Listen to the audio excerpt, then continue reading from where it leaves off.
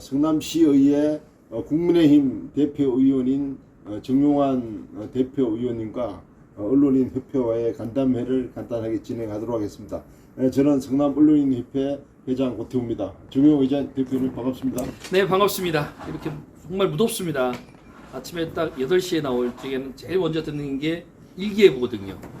오늘은 뭐 33도입니다. 뭐 조심하십시오. 습도 몇 도입니다. 막 이렇게 하는데 매일 아침에 나올 때마다 걱정이에요.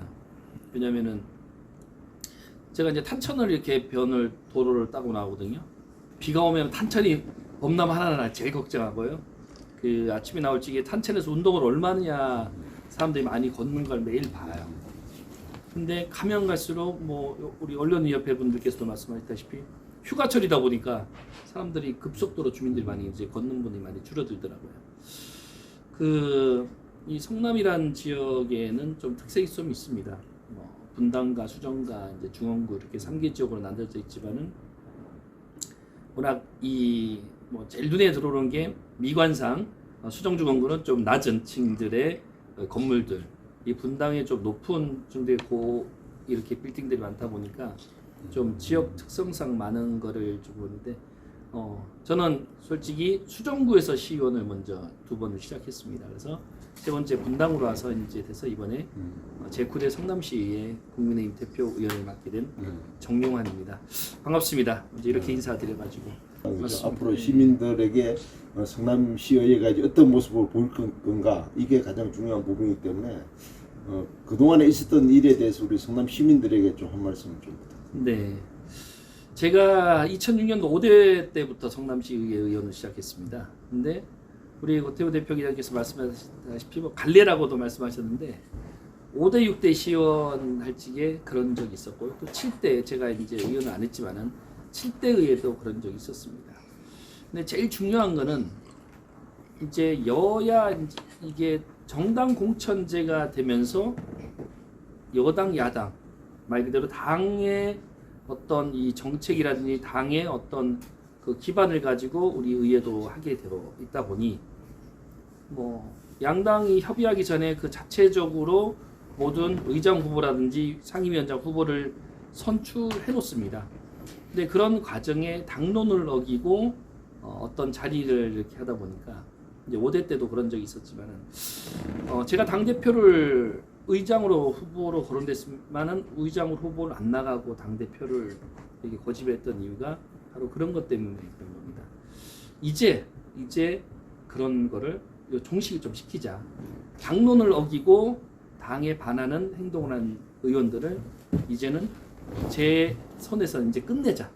앞으로 이제 그런 틀을 좀 잡아가자는 차원에서 제가 좀 대표를 하게 되었습니다. 근데 이 대표 선출 때부터 조금 이제 편하게 가려고 저는 누구나 다 경선을 치르고 뭘 하려고 하지 않을 거 아닙니까? 추대를 받아가 하려는데 이번에도 좀 그런 식으로 추대성으로 가려는데 갑자기 그날 또 한 분이 나오는 바람에 약간 이제 보이지 않는 이제 좀 선이 거졌는데 첫 단추가 그것부터 좀 저는 잘못됐다고 생각합니다. 그렇지만은 그거를 잘 극복하고 대표로서 이제 그 여당의 의장 후보를 선출해 놓은 과정에서 또 어떻게 또 선이 거져 가지고 투표로 결정이 11대 7이라는 투표로 결정이 내려졌지만은 어떻게 봉합을 하려는 이 7분을 어떻게든 누군지 모르겠지만 봉합을 하려고 좀 준비를 했는데 미리 좀 낌새가 느꼈었습니다. 이 자리를 빌어서 말씀드리겠지만 그래서 어떻게든 저희 대표로서 이런 일을 대비해서 준비를 해놓는 게 있었습니다. 지금 한간에 검찰도 압수수색도 하고 모두 했지만은 예상을 했던 부분입니다. 그렇지만은 이제 그런 걸 다 떠나서 일단은 의장 때문에 밖에서 봤지 의장 자리 때문에 우리 성남시 의회가 늦게 이렇게 원구성이 됐다는 이렇게 언론인들도 그렇게 생각하지 않습니까? 그렇지만은 그런 건 아닙니다.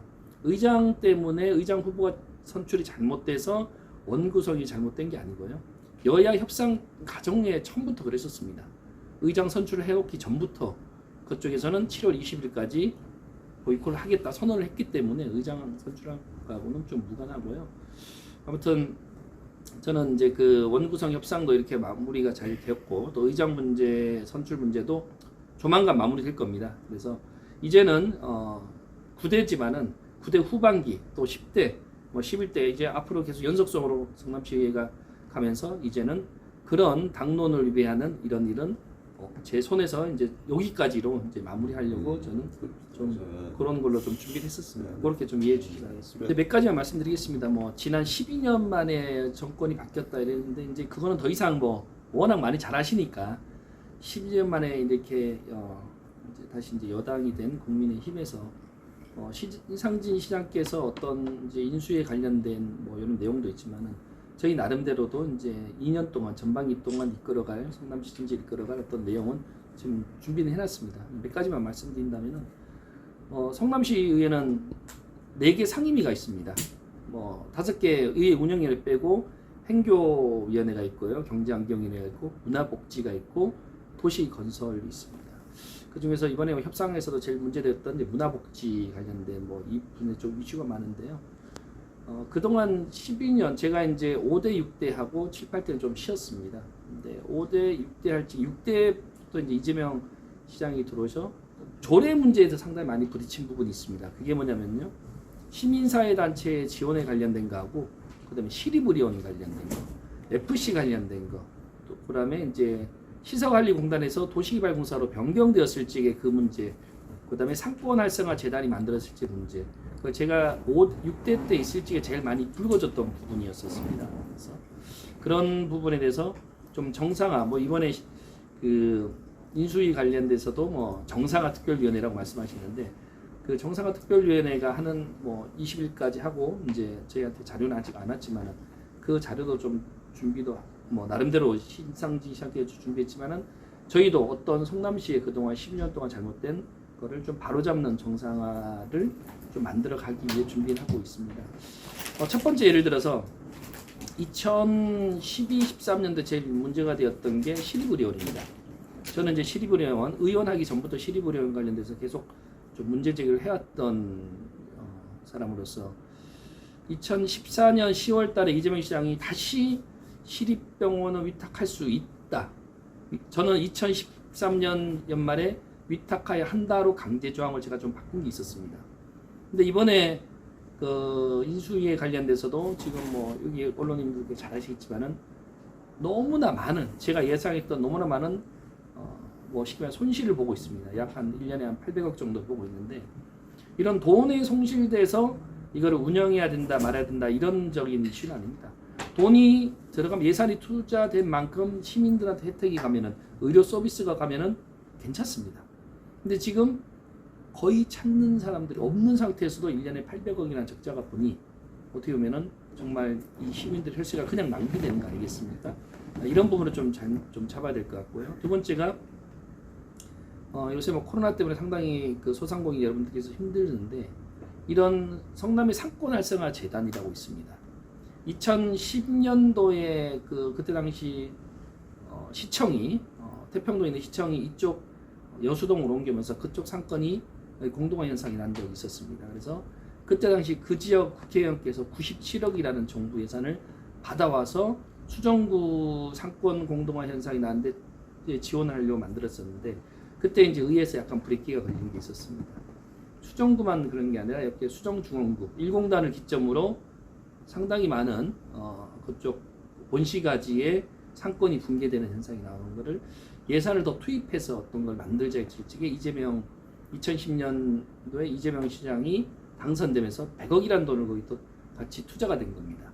그래서 197억을 가지고 성남시 상권활성화 재단을 만들었는데 그 재단을 만드는 과정에서 저하고 상당히 많은 이렇게 좀 논란거리가 됐었습니다. 어떤 부분 어떻게 지원하자 이런 게 없이 그냥 무조건 이렇게 만들어 놔가지고 현재도 어떤 거에 특혜성 상권 활성화 재단이라고 좀 봐집니다. 그래서 이제 이거는 뭐 성남 내에 모든 지역이 마찬가지일 겁니다. 공설시장이 있고 전통시장이 있고 골목상권이 있고 소상공인들이 있고 많은 부분들이 있는데 이게 어떤 특정한 부분에만 지원되는 거에 대해서는 저는 상당히 이거는 문제가 있다 생각해서 이 부분에 좀 변화를 좀 줘야 될 것 같습니다. 세 번째는 그동안 말도 많고 탈도 많았던 FC 문제입니다. 제가 2013년도 13년도 FC를 주장하자고 처음부터 제가 주장했던 사람입니다. 일화가 그때 당시 종교적인 뭐 문제로 이제 이거를 문을 매각을 했을 적에 성남의 체육인들이 저한테 찾아와서 주장했던 게 성남에만큼은 FC 프로구단이 하나 있어야 된다 해서 제가 그때 주장을 해서 상당히 한 1년 동안 좀 이재명 시장하고 많이 부딪혔는데 우여곡절 끝에 5가지 방안을 제가 제시해서 이재명 그때 당시 시장께서 오케이를 했던 부분입니다. 그렇지만 그 5개 방향이 하나도 정해진 게 없었습니다. 이게 첫 번째가 기업구단이었습니다.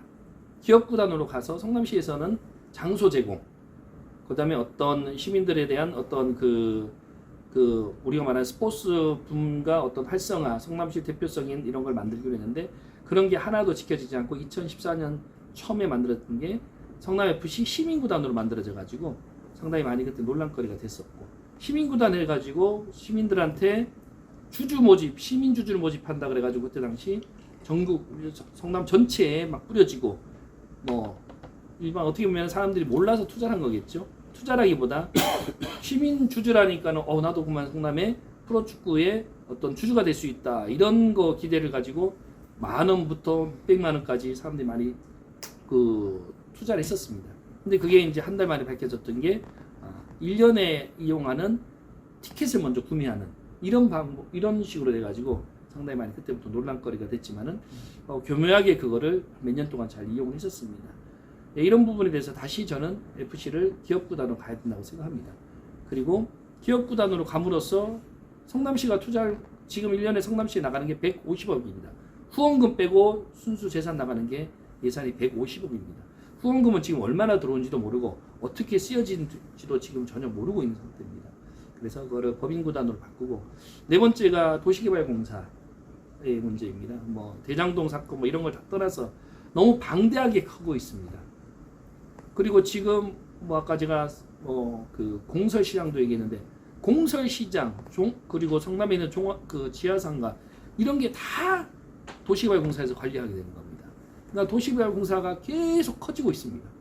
그래서 이런 거에 대해서 좀 문제가 있어가지고 또 그 커지면 커질수록 정치색을 너무 드러내고 있는 겁니다. 그 정치색이라는 건 뭐냐면은 어떤 선거에 개입을 해가지고 경선인단이 그냥 집중적으로 들어가게 되고 후원금을 뭐 정치인들한테 집중적으로 이렇게 지원하게 되고 이런 게 다 정황이 되어 있습니다. 그래서 이거를 이제는 좀 재단을 좀 나눠야 되겠다 싶습니다. 뭐 예를 든다면은 성남에 있는 모든 체육시설들도 다 도시개발공사에서 관리합니다. 근데 성남시에는 체육회가 있는데 이 체육시설까지 뭐 도시개발공사에서 굳이 관리할 필요가 없다 생각해서 저는 이 성남시 체육회도 좀 변화를 주겠지만은 이 방법에 대해서 모든 성남시에 있는 체육시설을 체육회에서 관리할 수 있도록 이렇게 좀 변형을 좀 주고 있습니다. 그 외로 뭐 여러 가지 성남의 출연기관이라든지 뭐 시민사회단체라든지 뭐 여러 가지 있지만은 뭐 시간 관계상 몇 가지만 제가 말씀드렸는데요.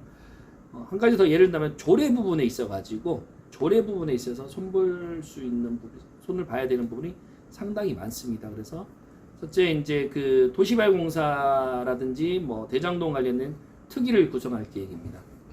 두 번째가 성남시 체육회와 성남 FC 모든 거를 좀 정상화시키기 위한 체육 특위를 만들 계획이고요. 세 번째가 그동안 12년 뭐 세월도 많이 바뀌었고 또 이 상위법이 바뀌면서 지방자치법도 조례도 좀 바꿔줘야 될 부분이 있습니다. 근데 그게 너무 조례에 대해서 그동안 무관심, 성남시 의원들이 해야 될 게 조례인데 조례에 대해서 너무 무관심한 게 많습니다. 그래서 이 조례를 좀 개정하는 어떤 위원회를 만들어서 전체적으로 한번 손을 봐야 될 것 같고요. 네 번째가 소상공인들과 이 전통시장 아니면 상권 어떤 지역경제 관련돼서 상권 활성화 재단에 좀 변형을 줘야 된다는 어떤 네 가지 부분을 좀 대표적으로 말씀을 좀 드리겠습니다. 시립의료원 하나를 가지고 거기가 이제 아시겠지만 성남시청 자리거든요. 시청과 시립 공연장이 있던 곳인데 그게 하나가 이제 성남시청이 이쪽으로 옮기면서 완전히 어떻게 보면 상권이 많이 죽었지 않습니까? 근데 이제 거기 계신 이제 상인 여러분들께서는 시립의료원에 대한 기대가 상당히 컸습니다. 그래서 그 주위 일대 리모델링해서 약국도 막 들어쓰고 상인들 많이 들어섰는데 기대를 딱 하고 막상 문을 열다 보니까 상인들이 엄청난 피해가 가고 있는 겁니다. 첫째 예로 시리부령이 들으면서 주역 그 주변 상가의 임대료가 엄청 뛰었습니다. 엄청 뛰었습니다. 인테리어 해서 권리금 줘서 월세도 올라간 상태에서 들어갔는데 완전히 그냥 떨어져 버린 거죠. 문단대가 지금 콜콜 늘어나고. 두 번째, 약국들이 엄청나게 들어졌지 않습니까? 약국들이 이제는 적자가 엄청나게 됩니다. 그리고 세 번째, 주변에 코로나라는 이런 그 이번에 이제 전염의 코로나 때문에 그 일대가 혐오 시설이 돼버린 겁니다. 왜냐하면 저 병원은 코로나 지정병원이야. 일반인들이 거리를 두게 되는 겁니다. 그러니까 유동인구가 더 줄어드는 거죠. 이런 부분에서 앞으로 좀 풀어야 될 숙제가 상당히 많습니다. 성남시에 불필요하게 나가는 예산을 줄여야 되는 게 첫째 저희 목표입니다. 이번에 전반기 때 진짜 그걸 중점적으로 하려고 하는 겁니다. 그 예를 들었던 게 아까 시립의료원이었었습니다. 또한 FC 문제입니다. 또한 체육회, 아까 지적했던 문화재단, 그 다음에 시민사회단체, 이 예산, 성남시 1년 예산이 4조 원입니다. 그래서 조례를 제가 아까 말씀드린 조례를 한번 손을 봐야 된다는 게 너무 불필요하게 지원되는 조례가 너무 많습니다. 그런 거에 된다면은 성남시 1년 예산이 4조 원인데요. 가용재산, 1년에 시장이 사용할 수 있는 가용재산은 1,300억에서 400억밖에 안 됩니다. 그러면 공약, 그동안 그 신상지 시장께서 나왔던 공약 하지를 못합니다. 그러니까 이런 부분에 대해서 어떤 수입을 창출하기보다 쓸데없는 예산을 줄이는 게 그 예산은 더 먼저 신경을 쓰려고 하고 있습니다. 가용재산 이상으로 저는 나올 거라 저는 분명히 생각합니다. 그렇게 된다면은 시장께서 했던 공약 사업을 더 빨리, 더 많은 예산을 투입해서 할 수 있는 부분이 있습니다. 한 가지 예를 든다면요. 시리부령과 이런 거 다 떠나서 하나로마트라는 데가 있습니다. 아까 이걸 하려고 제가 말씀을 드렸는데 하나로마트가 시에서 위탁 준 겁니다. 위탁 줬는데 여기서 나오는 수입, 말 그대로 위탁을 줬기 때문에 여기서 나오는 수입 일부를 시에서 시민사회단체에 쓰게 돼 있습니다. 주게 돼 있습니다. 기부하게 돼 있는데 이 돈이 상상을 초월합니다. 이 단체 어떻게 지원되는지 전혀 모릅니다. 몇 년 동안. 이런 예산들을 정말 아까 말씀드린 공원에다 투입하신다면요. 공원에 안전한 거 뭐 어떤 뭐 CCTV 설치한다든지 시설을 더 보강한다든지 이런 데서 투입되면 더 좋은 게 있겠죠. 조례 건수에 대해서 물론 의원들에 대한 평가를 예를 들어서 일부 당에서는 하고 있잖아요. 공천 네네. 과정에서. 맞습니다. 그래서 그런 조례 건수를 가지고 어떤 뭐 실적을 평가하는 것은 대단히 잘못됐다고 나는 보는 사람이거든. 그렇기 네. 때문에 얼마큼 조례가 질이 있느냐, 시민을 위하는 거냐, 예산을 최대한 절감할 수 있는 거냐 이런 걸 따져서 조례를 통과시켜야지 무조건 그냥 조례 발의해서 그렇게 의원 개인들에 대한 실적 위주로 조례를 발의되는 것은 그건 진짜 좀 지양해야 될 그런 문제라고 맞습니다. 봅니다. 문구 하나도 상당히 조례가 중요해요. 제가 아까 시립의료원을 예를 들었잖아요. 2013년도에 이거를 대학병원에 위탁하여야 한다로 저는 지정을 해놨었어요. 이게 그래서 이재명 시장께서 이거를 소송을 거는 거죠. 그래서 저 이겼어요. 왜냐면 강제조항이라고 해가지고 이게 뭐 안 된다 이는 전 분명히 된다고 해가 있는데 그래서 만약에 대학병원에 한다로 계속 갔으면요. 성남시 예산 1년에 얼마씩이나 이득이 올까요? 그 돈으로 시민들 차라리 예를 들어서 성남에는 기금이란 게 있지 않습니까? 우리가 기금 사업이 4.3% 이자율이 나옵니다. 1,000억이면요. 43억이라는 이자가 매년 나와요. 그 돈으로 그 일대 주민들 의료비 대주는 게 더 쌉니다. 예산 계속 쌓이게 되지 않습니까? 1년에 1,000억이 적자 보는 거를 5년만 5천억입니다. 그만 그 1년 수입이 5천억의 이자 수입이 얼마나 많이 나오겠습니까? 그 예를 들면은 청년 배당 문제도 마찬가지입니다. 청년들한테 돈을 둬가지고 없어지는 것보다 청년 배당 기금을 만들었다면은 계속 돈은 수축되고 이 나오는 이자를 가지고 청년들한테 어떤 창업하는 데 지원한다든지 어떤 아이템을 지원해 준다든지 이런 거를 하는 게 예산은 줄지도 않고 어떤 사용할 수 있는 이런 부분이거든요. 이게 저는 예산을 줄이고 수입을 창출하는 게 할 수 있는 역할이라고 저는 생각하는데 성남시는 그런 게 없을 겁니다. 성남시만큼은. 그런 걸 좀 이해해 주시고요. 임기는 보장이라는 거는 당연히 자기 임기 동안 보장이 되지만은 이게 어떤 압력에 의해서 나가라 말하는 거는 절대 이번에는 없을 겁니다. 신상지 신학교에서도 그거는 분명히 하고 있습니다. 그리고 지금 비어 있는 곳도 많이 있습니다. 그렇지만은 이번에 신상지 신학교에서 추구하는 게 그겁니다. 라인 꽂는 거를 상당히 안 할 겁니다. 예전 같지 않게. 그래서 이번에 인수위를 보시면 알겠지만 인수위에 관련된 사람들 여기에 들어오는 분들 한번 확인해 보십시오. 과연 인수위에 관련된 사람이 몇 명이나 들어올까? 역대 인수위 사람들의 10분의 1도 저는 안 들어올 거라고 저는 생각합니다. 분명히.